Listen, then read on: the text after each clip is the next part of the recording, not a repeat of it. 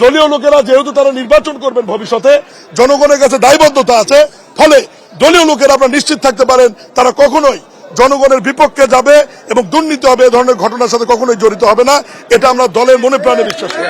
আমরা জেলা পর্যায়ে দলীয় বিবেচনায় প্রশাসক দেওয়ার কারণ একটাই, জনগণ যাদেরকে চিনবে, জনগণের সাথে দীর্ঘদিন যারা লড়াই সংগ্রাম করে মানুষের ভোটের অধিকার প্রতিষ্ঠিত করেছে, গণতান্ত্রিক পন্থায় নিরপেক্ষ নির্বাচনের মাধ্যমে একটি সংসদ এবং একটি সরকার উপহার দেওয়ার পিছনে জেলা পর্যায়ে যে সমস্ত নেতৃবৃন্দর গুরুত্বপূর্ণ ভূমিকা রয়েছে, জেল জুলুম নির্যাতন সহ্য করেছে, গুমের শিকার হয়েছে, জেল খেটেছে, এই সমস্ত নেতাদের মধ্যে যাদেরকে আমরা দলীয় মনোনয়ন দিতে পারিনি অথচ অনেক যোগ্যতা রয়েছিল, তাদেরকে আমাদের মাননীয় প্রধানমন্ত্রী জনাব তারেক রহমান এবং দলের মহাসচিব আমাদের মন্ত্রণালয়ের সম্মানিত মন্ত্রী মির্জা ফখরুল ইসলাম আলমগীর জেলা পরিষদের প্রশাসক হিসেবে নিয়োগ দিয়েছেন।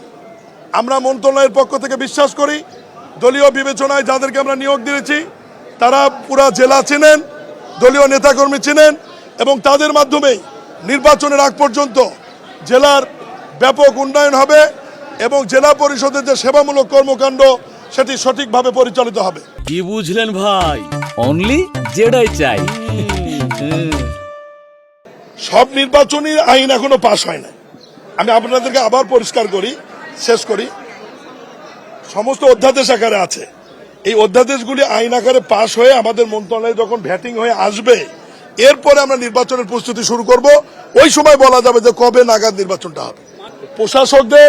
প্রশাসকদের নিয়োগ দেওয়া ছিল এবং নিরপেক্ষ লোকের নিয়োগ দেওয়ার অভিজ্ঞতা আমাদের আছে। এজাজ নামে এক ভদ্রলোককে উত্তর সিটি কর্পোরেশনে নিরপেক্ষ বিবেচনায় আগের অন্তর্বর্তীকালীন সরকার নিয়োগ দিয়েছিল। তার ব্যাপারে আমি বিস্তারিত বলতে চাই না, আমাদের তদন্ত চলছে।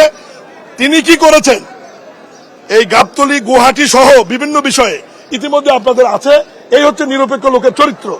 দলীয় লোকেরা যেহেতু তারা নির্বাচন করবেন ভবিষ্যতে, জনগণের কাছে দায়বদ্ধতা আছে, ফলে দলীয় লোকেরা আপনারা নিশ্চিত থাকতে পারেন তারা কখনোই জনগণের বিপক্ষে যাবে এবং দুর্নীতি হবে এ ধরনের ঘটনার সাথে কখনোই জড়িত হবে না।